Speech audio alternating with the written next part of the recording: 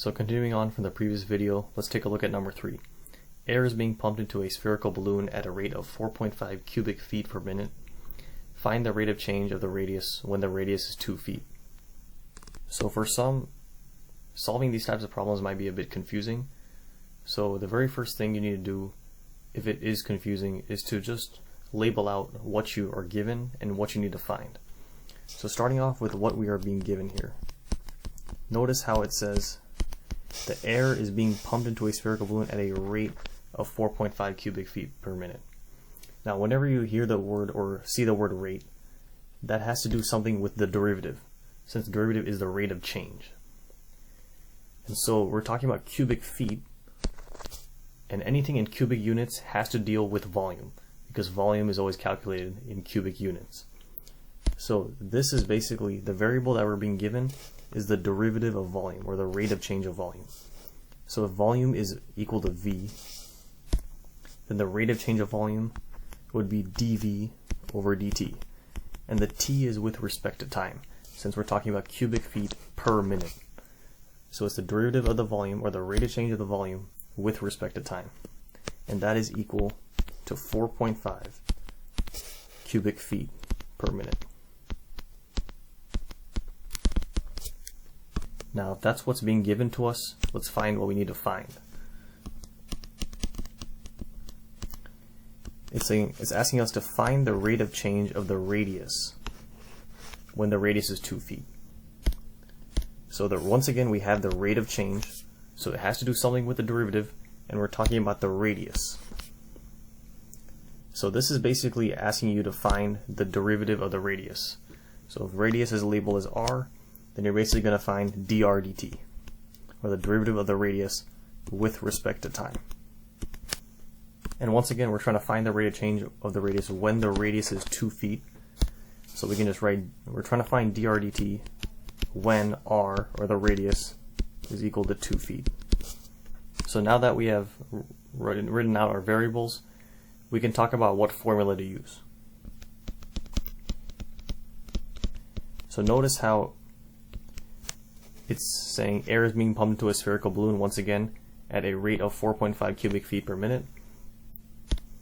So this is basically a volume problem, and it's talking about a spherical balloon. And so the formula for the volume of a sphere is 4/3 pi r cubed. So this is the equation that we're going to use to find out the rate of change of the radius. So once again, we're finding the rate of change. So what we can do with this volume formula is just derive both sides. So dV dt, which is the derivative of volume, so dV dt is equal 4/3 pi, remember, is just a constant, so we can leave that out, and we really have to derive only r cubed. So we have 4/3 pi, and the derivative of r cubed is 3r squared. Now, recall that in implicit differentiation, whenever you had to derive y, you always had to multiply by dy dx or y prime. This is the same thing. Since r is another variable, whenever we derive r, we have to multiply by dr dt or r prime. So now that we have our derivative formula, all we have left to do is plug in our variables, because we have r, we have dV dt, and we need to find dr dt. So you can either choose to isolate dr dt first and then solve, or you can just plug in all the numbers and then isolate. But in this case, I'll just plug in all the variables first and then isolate dr dt. So once again, dV dt is equal to 4.5 cubic feet per minute. So I'll put 4.5 equals 4/3 times pi times 3. And once again, we're asking, or the problem is asking for us to find the rate of change of the radius when the radius is 2 feet.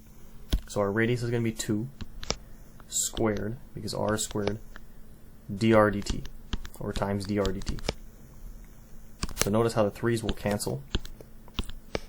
2 squared is 4, 4 times 4 is 16. So 4.5 is going to equal 16 pi times dr dt. So now I can isolate dr dt, and so the rate of change of the radius with respect to time is going to equal 4.5 over 16 pi. Now I could make both the numerator and denominator whole numbers. So if I multiply both sides by 2, 4.5 times 2 is 9, and 16 times 2 is 32. And remember, with related rates or optimization problems, we always have to add units. So dr dt is going to be equal to 9 over 32 pi. And remember, it's asking for the rate of change of the radius. So our units are in feet, and it's just the first derivative, so we can just say feet per minute.